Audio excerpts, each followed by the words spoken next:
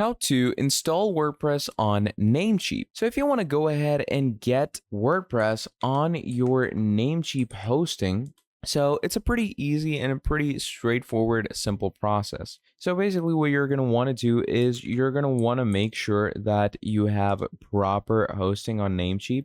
And obviously you can go ahead and install your WordPress through the WordPress hosting provided on Namecheap. Okay, they have specific hostings. So manage WordPress hosting, or you can even migrate to WordPress if you want. Now, EasyWP is the fast, affordable managed WordPress hosting. Now, you can either get this through here, or you can simply come over to your WordPress, go into your plugins, and just search EasyWP over here. And obviously by searching these things, you get a lot of these migrators. So these basically allow you to migrate your whole WordPress hosting to Namecheap. So you can simply come up over here. Now there is a 30-day free trial, so you can try that, but these are the pricing plans. So just opt for these, and that is how you're going to be setting up your WordPress on Namecheap. So that is pretty much about it for this video. Thank you for watching all the way till the end, and I'm going to be seeing all of you in the next video. Have a great day. I'll see you next time. Goodbye.